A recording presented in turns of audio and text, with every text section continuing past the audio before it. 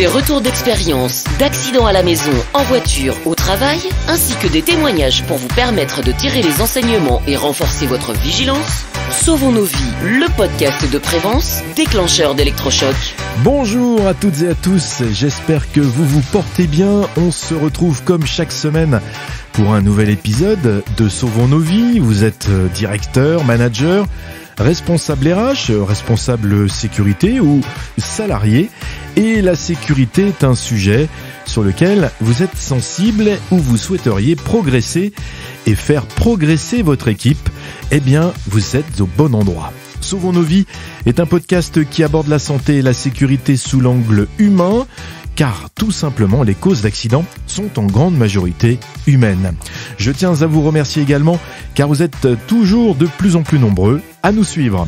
Si vous souhaitez également échanger sur un sujet ou une thématique, vous pouvez le faire via notre page LinkedIn Sauvons nos vies. Pour ce nouvel épisode, je vais vous parler aujourd'hui d'une situation que je rencontre parfois en entreprise. Il s'agit du manager super-héros.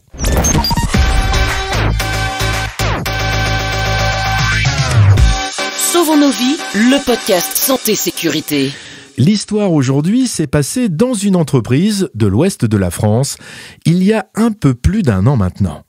Une ligne de production était en cours d'installation et, comme toujours, il y a un temps nécessaire à la mise au point de ce genre de nouveaux moyens et généralement toutes les sécurités et les protections ne sont pas encore en place.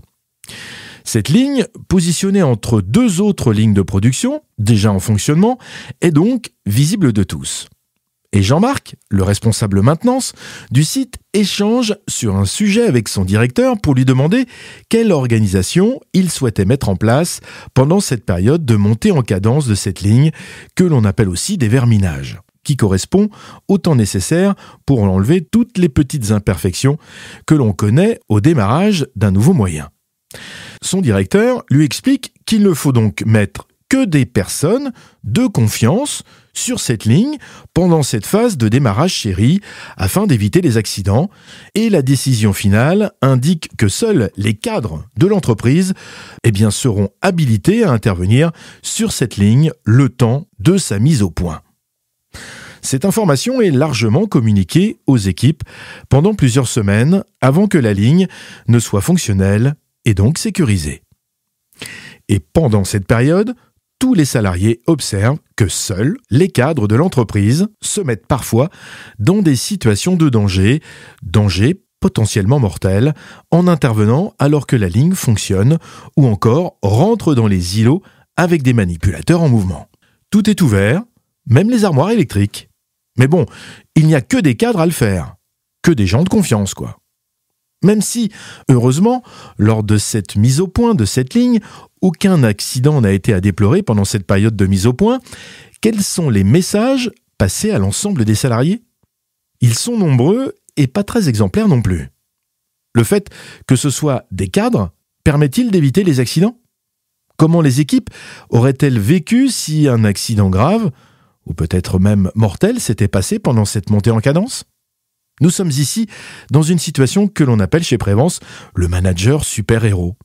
Un manager super-héros, c'est un chef qui se met à la place d'une personne de son équipe pour éviter qu'il ne se blesse. Vous savez, on la retrouve lorsqu'un manager dit à quelqu'un de son équipe « Attends, laisse-moi faire, je ne voudrais pas que tu te blesses ».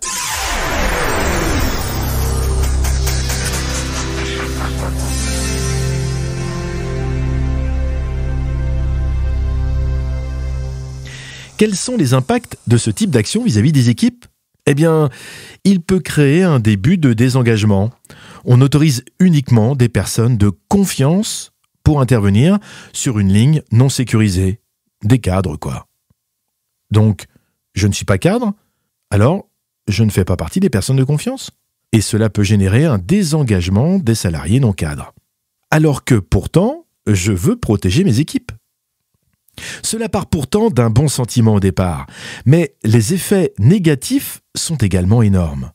Cela projette aussi un peu de simplicité car plutôt que d'essayer de chercher une solution plus sécurisée, je vais au plus simple et donc au plus rapide, quitte à ce que des personnes se mettent en situation de danger. Cela peut aussi montrer que moi, manager, je ne suis pas capable de trouver une autre solution. J'accepte cette solution plutôt que de la résoudre. Et si un des managers était amené à se blesser, comment gérer cette situation demain ? Comment la communiquer ? Imaginez le mal-être de la personne concernée, mais aussi des managers qui, en connaissance de cause, ont aussi crédité cette situation. Vous souvenez-vous de l'épisode numéro 5 où je parlais d'exemplarité ? Le fait de se mettre dans ce genre de situation, à l'inverse d'être exemplaire vis-à-vis de mes équipes, à qui je demande de ne pas mettre les mains dans une machine en marche, par exemple ? Vous vous souvenez de cet épisode ? Et vous, avez-vous progressé sur ce sujet d'exemplarité ? N'hésitez pas à me faire des commentaires à ce sujet sur notre page LinkedIn Sauvons nos vies. Et sur quel point vous ne l'étiez pas toujours exemplaire ? Et qu'avez-vous changé concrètement, vous, depuis cet épisode numéro 5 en termes d'exemplarité ? Que vous soyez manager, cadre ou non cadre, nous ne sommes tout simplement pas de super-héros. Même si l'on est attentif aux risques pour nos équipes, se mettre à leur place peut paraître bienveillant, mais les conséquences sont terribles tant sur l'image que je projette en tant que manager que sur les conséquences potentielles. On demande aujourd'hui aux managers d'être aussi des leaders. Et un leader, c'est quelqu'un qui influence et par conséquent qui va aussi embarquer ses équipes. Se mettre en situation de danger à leur place aura aussi tendance à ce qu'ils le fassent eux demain. Nous sommes tous des humains et même si la morphologie de certaines personnes est supérieure à la moyenne, cela les protégera-t-il davantage ? Si vous êtes manager, pensez-vous que vous pouvez vous autoriser des risques supérieurs aux autres sous prétexte que vous êtes chef ou que vous êtes plus attentif ? À vous de voir.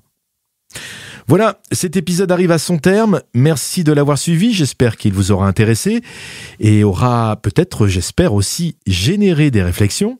Si ce podcast vous intéresse et pour ne pas en rater un seul, abonnez-vous en cliquant sur le bouton de vos applications. N'hésitez pas aussi à me laisser un commentaire, un message sur notre page LinkedIn Sauvons nos vies.